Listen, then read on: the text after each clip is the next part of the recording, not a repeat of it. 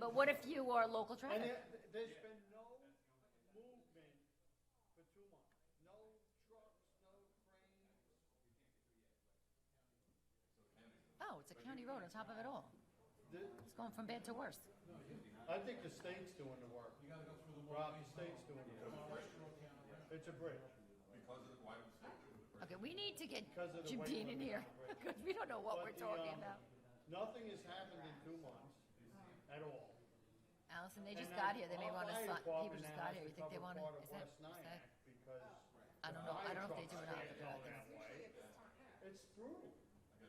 And part of that's why that pass, the railroad crossing is so bad is because Oh, of the good, look, he's got trucks. Jim, and he's in good hands. Oh, The wood between the tracks actually go down and back up again when somebody goes over. I tell you, Jersey's doing a great job. Northwest, Yeah. under construction. Good evening, tonight. They're putting that way. Nice and smooth, go right over. Okay. What's going on with Western Highway? Oh, do we have to open a meeting or we can do this? we can open, okay. Attendance and, so you're not, yeah, go ahead. Councilman Dennis Troy, Councilman Tom Divany, Councilman Paul Valentine, Here. Councilman Jerry Dupari, Here. Supervisor Teresa Kent. Here, and on that note, we're gonna have Paul lead us in the Pledge of Allegiance. This is the Esther.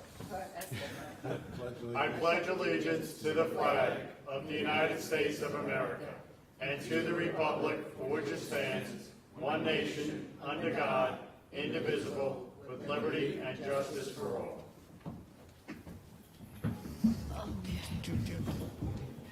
You wanna just start with Jim, because he's here? Yeah. So just a quick question, is there any update on the bridge on Western Highway? No, actually, I think the last time I talked to you about it, I had discussion with the county highway superintendent because Western Highway is a county road. They had issued a permit to the town of Clarkstown to replace the bridge. It had to be elevated because of an upstream storm reduction project they did. So they had to increase the capacity of that bridge. And that's what started that process. It's not a county project, it's a Clarkstown project. However, I'm not really sure what occurred, but when they got the bridge off, they found they didn't have the steel to build the lower, reinforce the lower portion so that they could place a platform back on top of it. So there was a delay in the ordering or the design of the steel. It's not a state project, it's a Clarkstown project. That's my understanding. There's been nothing happening there for a long time. Yeah. I mean, 2 months. I think when I talked to you 2 months ago, the word I got then was probably be 6 to 8 weeks before they got the steel delivered because there's such a backup. And I'm not sure what happened with the original order from them. So now that all the trucks are going up and down Western Highway and Erie Street, and now that the railroad crossing is shot, can we get Clarkstown to pay to fix their thing, or get CSX to fix it, or somebody? Fix which? The crossing? Railroad The crossing. crossing, that's CSX responsibility. We've been sending them letters, we've been reaching out, trying to get them. They won't They give don't us, respond, it's the craziest they thing. won't give us a commitment of when they're going to come there. The best thing we can do is try to Can we get the state public, involved? Should we get, Yeah, we- speak to our representatives? yeah, that's probably the way we need to go. We've talked to some people in DOT. We have sent a letter to the regional director for CSX. They have a policy of not responding. It's amazing, because you can cross that same track in Jersey, and they have these little white things, and it's like you wouldn't even know you're going over a train track. Look who You made come it. over here, and you gotta hang out for white. Well, we looked into that last year with the CSX, and their explanation to us last year was when they do that in Jersey, New York, Jersey pays for the concrete.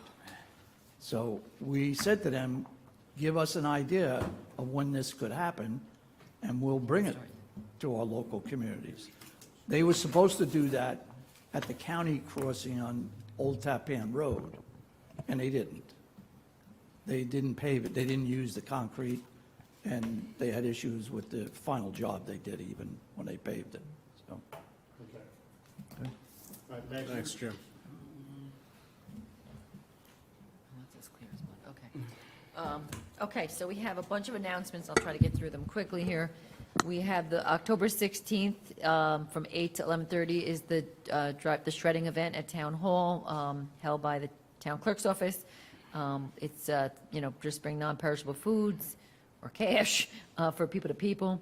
The 40th anniversary of the Brinks Memorial Ceremonies on October 20th, 2021, honoring the memory of Nyack Police Sergeant Edward O'Grady, Police Officer Waverly Chipper Brown, and Brinks Guard Peter Page. They do it over in Nyack, with a little, sign and everything is. We don't have a time or anything here, but, Paul, you want to read this one? You want to talk about the Japan players? You want me to do it? I can do it? Okay, because his wife's a star of the show, so I don't, Wow. She's a star in our eyes. The Japan players at the barn will be performing a Neil Simon production of California Suite at the Manse Barn in Japan. There are only 4 shows left. Saturdays, October 16th and 23rd at 8 p.m., and Sundays, October 17th and 24th at 3 p.m. Come out and support Orangetown's very talented local theater group. On October 26th, we're having a public hearing regarding amending our building and fire prevention to adopt what's called the stretch code, the energy code. We're having a public hearing on November 9th at 7:05 regarding a proposed zone change for 100 Corporate Drive in Blauvelt, New York. We're having a public hearing on November 30th regarding a Dominican College application for a water course diversion permit. We just want to let everyone know about the FEMA Disaster Recovery Center that's over at OMM. I've been up there twice. They're there, they're ready to help. They've not been getting large numbers of people, so we don't know if people are doing it online, but basically, if people don't come, they're going to close it down. So if anybody has any, they're there from 8 in the morning to 7 at night, every day of the week, so that, if you need help with any damages you suffered during Ida, they're there to help, and they are ready and able, let me tell you. We've met with them up there twice. We have our comp plan we have a website you can go on, and there's a survey. So we had a very good initial response, but if you want to get your comments in, you can go up there, and we're going to have our first public outreach on October 18th at 7 p.m. That's all regarding the town's comprehensive plan. So that's it for announcements. Okay, so we can workshop the items real quick. All right. Number 3, accept the resignation of William Young, a member of our planning board. Number 4, we're amending resolution number 372. We have to change the date for the public hearing for the Blauvelt Fire Protection District. Same thing with number 5, change the public hearing date for the Orangetown Library District. Number 6 is the same. We didn't publish it in time or something, so we just have to push it back. Number 7, approve a permit. This is related to Pearl River Day this weekend, so we have to pass this resolution as we do every time they have it. Number 8, approve, authorize the town attorney to sign settlement documents in a tax certiorari proceeding. Blau Rock, I don't know if there's a... 9 and 10 are the same. Okay, 9 and 10 is the same thing. We have one with Middle Forest LLC and one with Melissa Hayden. So those are number 10. Number 11, we have a bunch of lend aid. Number 11 is a lend aid to Pearl River Day from Parks and Rec. Number 12, again, lend aid to the Piermont Chamber of Commerce for October 23rd. They're having an Oktoberfest.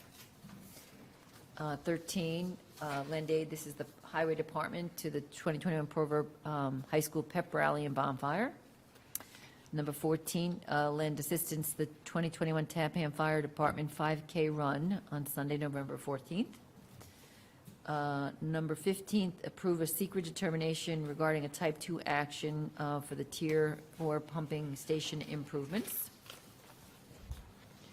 And that is it. It's a pretty nice, light agenda.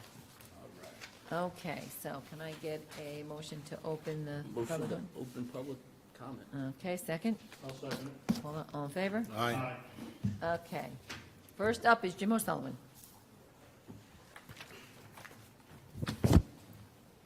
Good evening, everyone. How are you doing today? Thank you. Supervisor, members of the board. I reside at 865 Western Highway, and I run a business at 201 Western Highway in the town of Clarkstown. You know, run a bunch of trucks around town. I have a bunch of customers that have trucks as well. And I know it's been an aggravated situation on Western Highway, and I believe it's going to get a lot worse. And I wanted to talk to the town board to see if we could be a little bit proactive and tell you a little bit of information I've gathered about the bridge. I've been monitoring it quite oftenly down there, and it's been basically no progress. And I finally got hold of a job supervisor today, and the conversation started off a little heated, but then at the end of it, he was quite a gentleman and explained everything to me. I guess following up what Mr. Dean had said earlier with the steel of the bridge is the steel girders weren't ordered in time, and they're expecting delivery at December 15th of this year. That's the steel of the bridge, but the real challenge he was telling me is the pouring of the concrete cannot take place if it is under 45 degrees. And now that's getting us into our cold season, and he's going to need another 30 days for the concrete to sit before we could travel it. He explained to me it looks like they're going to be pouring April 15th, and so that's going to bring us another 30 days past that. And then you got to do the approaches to the bridge. Beside me at 865 Western Highway is 875 Western Highway, which is a factory. This factory has just been vacated by Gusky Trucking, and Amazon is moving in. There's large amounts of 53-foot tractor trailers coming and hundreds of vans to that address. The situation on the road is going to be much more aggravating than it is today. When these vans come, the landscapers come, the garbage depot trucks come. I'm just coming to the board today to see if there's something we can do to be a little bit proactive, reaching out to the town of Clarkstown. The contractor said that there's one extra, that they need to close the bridge in and some enclosed to work through the winter, and that's not in the budget in the town of Clarkstown, he said, as of right now. 3 months more of the bridge sitting with no construction is going to be pretty rough. And today, the town of Orangetown had the state DOT on Western Highway pulling over the mom and pop landscapers, frightening the heck out of these guys for a taillight out or broken mud flap. You know, maybe that effort could be better on 303 if you're looking to get trucks. I mean, it's just neighborhood guys. They're chasing them home. So I'm here today to hopefully, maybe you guys could work on something like that. It would be a great help to the businesses, the contractors, all of that. I don't know if anyone has any questions or. Jimmy, Go ahead. I absolutely agree with you. Yeah. I mean, it's crazy, and watching those trucks try to make that turn. It's horrific. Especially when there's cars pulled right up to the light on both sides, and then people are trying to back up, and the kids are coming from school. It's just an accident waiting to happen, and the fact that they didn't order the steel is unbelievable to me. I mean, I don't think there's much we could do, I wish there was, other than. But wait, try to so push them. there, some kind of enclosure they could do? An enclosure. Okay. An enclosure. So when you work concrete in the winter, you got temperature parameters. Right, So that's the one thing that's going to push it another 3 months. right. So that's the one thing the contractor expressed, and probably the Erie Street crossing is for all the additional tonnage of the trucks going over that's aggravating that crossing. That's right. So you got a cascading effect here. And when you have the Amazon trucks, the vans, it's, could we be proactive on something? You know, Certainly maybe start reach by- out to the town of Clarkstown? Is there, could we Yeah, help them out in some way? Who or- owns the old McGee property? Because I know it's been fenced off going through, and there's another railroad crossing if you go through it, but I haven't been back there in a while. It's I'm fenced wa- off. Well, different properties are in there, and some people use it for storage of cars and for other things. And again, I haven't been there in a while, but at one point, you were able to get through that. yes. Private property, Yeah, I guess that's why I'm wondering who. fully occupied by Amazon. and they put it, I guess they received approvals to operate on that side, and they put a fence to stop the Amazon vans from that crossing entering onto Western Highway. But now there's an additional building that they're occupying, which is going to be coming out from there. on Western Highway. Yeah, as far as going around, it's not really that good, and now they're everywhere with their vans and trucks. I don't know if they're gonna be too interested in having traffic go through there at the moment. Yeah, I'm just wondering if it's, again, I'll take a ride there tomorrow and look at it, but at one point, when the McGee's had it in the beginning, before it was fully developed, you were able to get through from Western Highway out to Bradley Corporate Park. Yeah, there was actually talk of having the commercial trucks Go out that way, yeah. But then as companies came in and cars, dealerships store cars there, so they started fencing it off. Like I said, I haven't been there in a while. That's one way. There is one other way.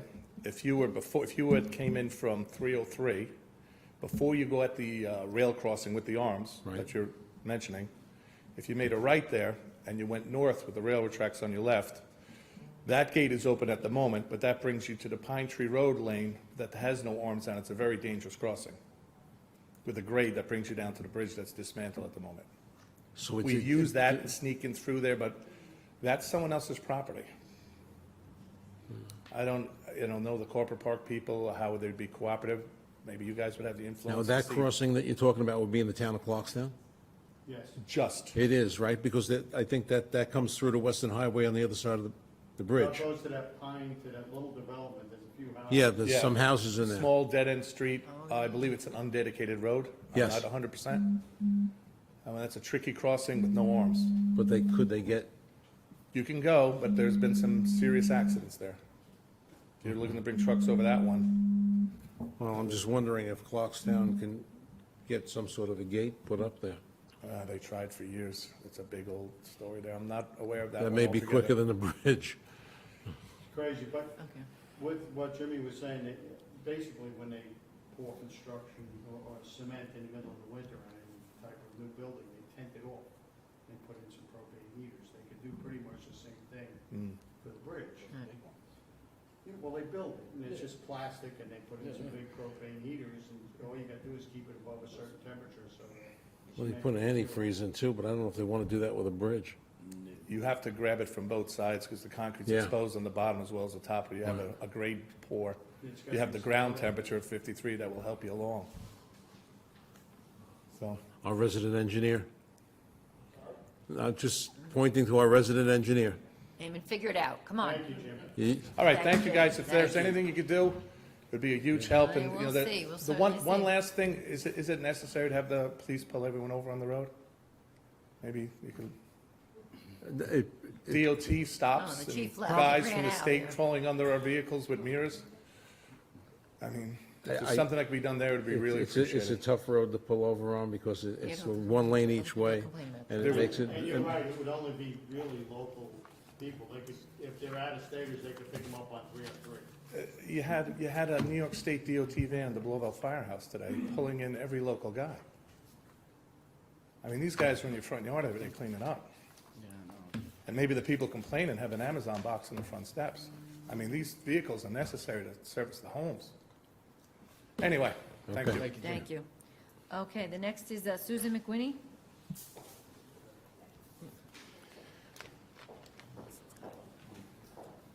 Thank you. Thank you to the town board for letting me speak. Thank you very much. On September 14th, I Thanks. called the Orangetown Police Department to report a noise ordinance complaint regarding work being done at the RCW Manufacturing and Production Room outside of legal hours, and Jerry's just giving you guys all that code right now. Orangetown Code Law, Chapter 22-3I addresses the prohibition of the following on weekdays after 8 p.m., Saturdays after 7 p.m., and after 5 on Sundays. The sound of any power tool, machinery, or equipment in use in any construction project or the repair of any building or in any commercial activity or manufacturing process not wholly contained within a closed structure. I've handed each of you a copy of this. When the police officer arrived, I gave him a printout of this code and explained that the operation itself was illegal as there is no C of O or building permit for the space and that Darren was working in, and that the town is trying to address this. The police officer finished with Darren. Darren appeared to leave, and the officer came back out the driveway. I stopped him to follow up, and he informed me that he was not sure that the ordinance applied in this case, as he believed it was related to construction only. The police officer went on to note that Darren had to work late due to the fact that the space was located in the center of the stable, so he couldn't work until the stable closed at 6 p.m.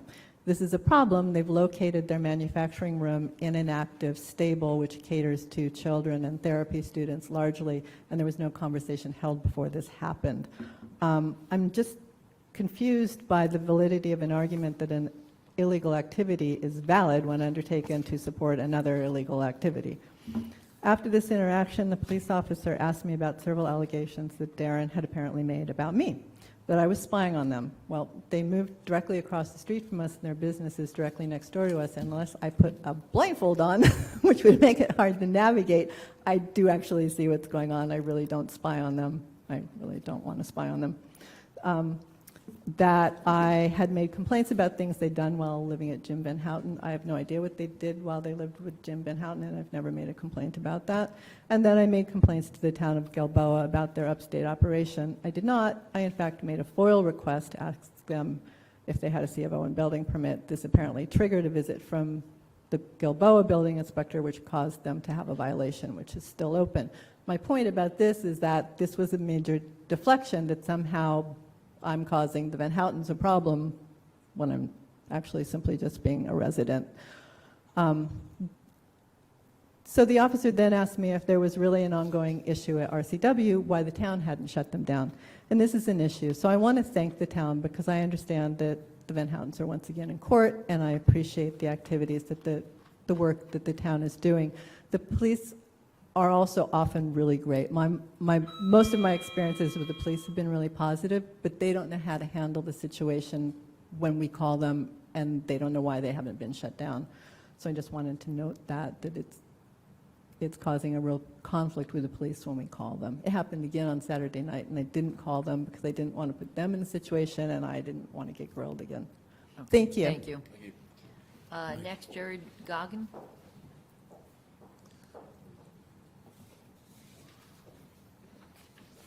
Good evening. I want to thank the town very much for taking some action to hold RCW to account for their continued illegal activities. The other day, I got a violation notice myself. Among other things, I have a gutter that needs repairing, I have some shingles that need repairing, and my garden is overgrown. And I don't contest any of these things. Nobody likes being told they got to fix things right now, but I'm working with the building inspector to make sure it's all taken care of.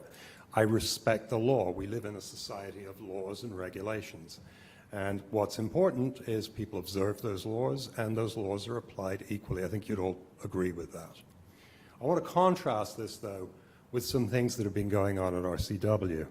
They have been doing ongoing, unpermitted construction work in their production area, which, as Susan described, is in the middle of the stables. Trucks were observed there on July 30th, August 3rd, August 17th, and then on August 23rd, we took these photographs. We actually have photographs of everything, but these ones are of particular interest. Why are they of interest? Because on August 13th and August 19th, Rockland Cider Works were issued with violations, for which they were arraigned, to my understanding, in court a few days ago.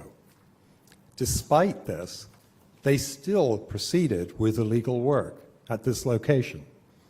When we saw this going on, we finally decided enough is enough, and we filed a complaint on the town site, and lo and behold, and I'm very grateful for this, a building inspector turned up about a half an hour later and issued a stop work order, which, if you don't know what it is, it's a sign that's put on a building saying you can't work on this anymore because you don't have a building permit.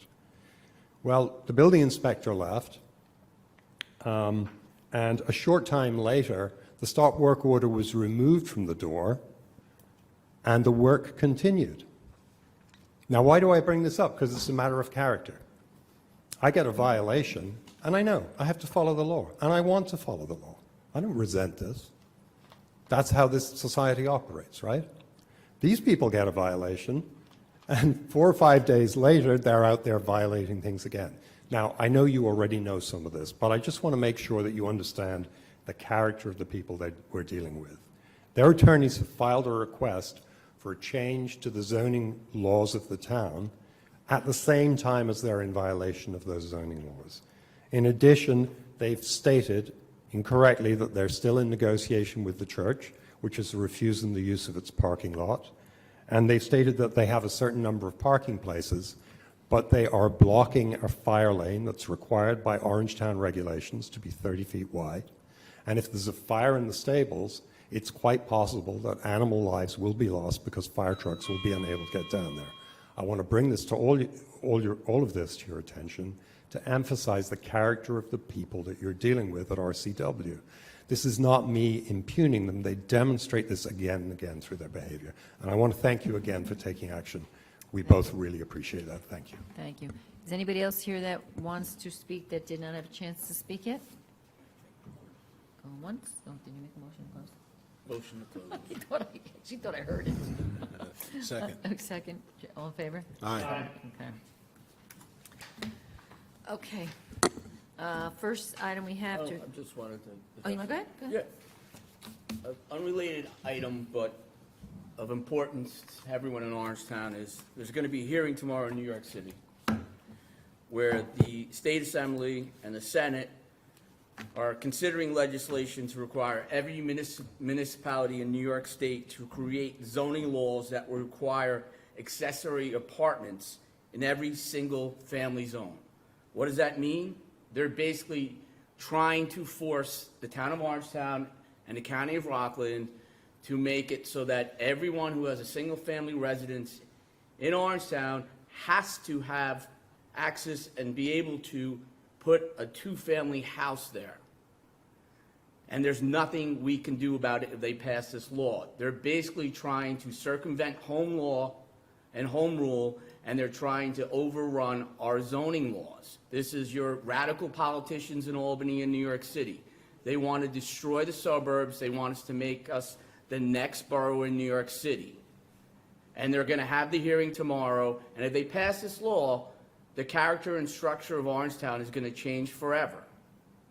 So anyone who's watching, anyone in the audience today, call your elected officials in Albany and tell them, listen, I moved to the suburbs for a reason, to get away from high-density housing, to get away from the crazy zoning laws that you have in New York State and in New York City. We moved to Orangetown for a reason, for, you know, to have single-family houses where you have big backyards and you don't have, you know, multiple family dwellings on every block. So again, call Elijah Melnick, your senator. Call Mike Lawler. I talked to Mike before I got here. He's going to be at that hearing tomorrow, and he's going to be ripping these guys apart because he gets it. This is Orangetown. We've always had conservative zoning laws, and we should be able to enact them by this town board, not elected idiots in Albany. And that's all I have to say on that. I'll just add to that. I did actually also speak with Ken Zabrowski, who was also going to be objecting to it. It's home rule legislation, and it's our home rule, like, ability to zone and plan that they're trying to take away from us, but it's a sustainability issue, like water, roads, sewers were all built around having about having certain, you know, amount of density, and they're looking to, I guess, double it. I mean, it was all about accessory units and things, so I don't know if we want to add a resolution to authorize writing a letter to, you know. that's a great Yeah, I agree. Because Yes. I did provide a lot of, Jane had provided information to Mike, and I provided information to Mike for the hearing tomorrow, but maybe we should have something signed by, Opposed to the, yeah, opposing the, opposed to the proposed Yeah. legislation. yep. We can put that on as something new. And we can get it to them, they can put it on the Yep. record. We can send it to Mike. Yeah, I have a Mike- bunch of Mike is email on that addresses. committee, and he will be there tomorrow fighting for the residents of Orangetown. Yeah. Okay, on that happy note, okay, so first item, to accept, we regret the resignation of William Young as a member of our planning board effective October 4th. Can I get a motion? I'll make a motion. Hold on, second? Jerry, Second. all in favor? Aye. Moving to New Jersey Shore. It's going to be missed on the planning board from what I've heard. Resolution to amend resolution number 372, just to change the public hearing date for the Bloville Fire Protection District to October 26th at 7:10. Can I get a motion? Moved. Second? I'll second. Paul Valentine, all in favor? Aye. Again, amend resolution number 373 with regard to the Orangetown Library Discount, again to October 26th of 2021. Motion. Jerry Batari moved, second. Second. Tom Divany, all in favor? Amend resolution number 374, change the public hearing date for the preliminary budget, again to October 26th, 2021. Motion? Motion. Move, second. Second. All in favor? Aye. I looked at Jerry long enough that he's like, okay. Well, I was looking at Paul, I wasn't sure which one was good. Number 7, approve a permit agreement for businesses to dispense alcoholic beverages on town property on, for Pearl River Day, Saturday, October 16th. Motion? Moved.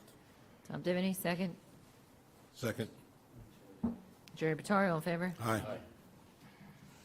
Approve, authorize the town attorney to sign the settlement documents on the tax certiorari proceedings for Blau Rock LLC. Motion? Moved. Tom Divany, second. Paul Valentine, all in favor? Aye. Approve, authorize the town attorney to sign settlement documents for a tax certiorari proceeding with Middle Forest LLC. Move. Jerry Batari moved, Tom Divany second, all in favor? Aye. Approve, authorize town attorney to sign a settlement documents for tax certiorari proceeding with Madeline Hayden, Melissa Hayden, and Gary Beninati. Motion? Move. Jerry? Second. Paul? All in favor? Aye. Approve lend aid for the 2020, Can we consolidate 11 through 14? For all lending? absolutely. Make a motion to consolidate resolutions 11, 12, 13, 14. I'll second it. Okay, all in favor? Aye. Okay, now do we have to approve it? Yeah. Okay, so a motion to approve 11, 12, 13, and 14? I'll make a motion. Paul Valentine, Second. Jerry Batari, all in favor? Aye. We should just, okay. 15, approve secret determination. It's a type 2 action for the Tier 4 pumping station improvements. Motion? Paul Valentine, second. Yes. Jerry Batari, all in favor? Aye. Do you want to do this, or can we do new business? Let's do new business real quick. So, All right.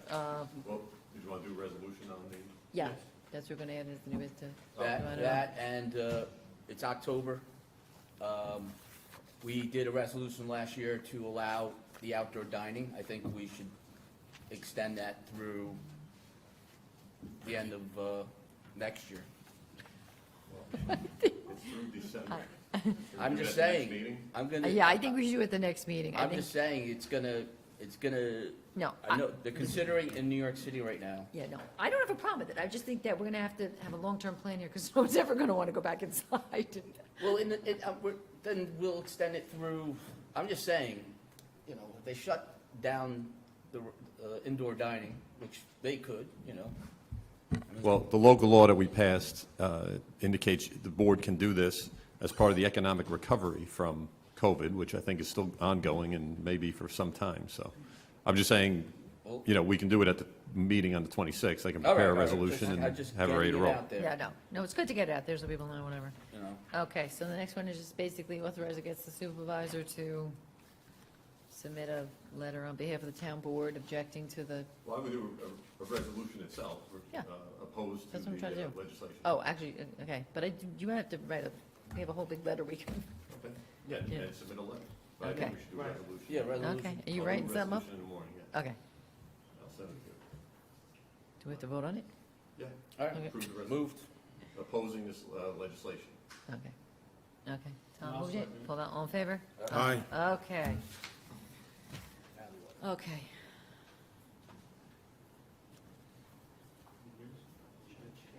Did you give it to us? Oh, here. Yep. Okay, the audit for tonight's meeting consists of 2 warrants for a total of $848,000. First warrant had 25 vouchers for $87,000 and was for utilities. Second warrant had 152 vouchers for $761,000. Items of interest, number 2 and 3, the applied golf management contracts. Number 5, Frank Sirwis Incorporated, $47,000 for Demi Garage Roof, that's bonded money.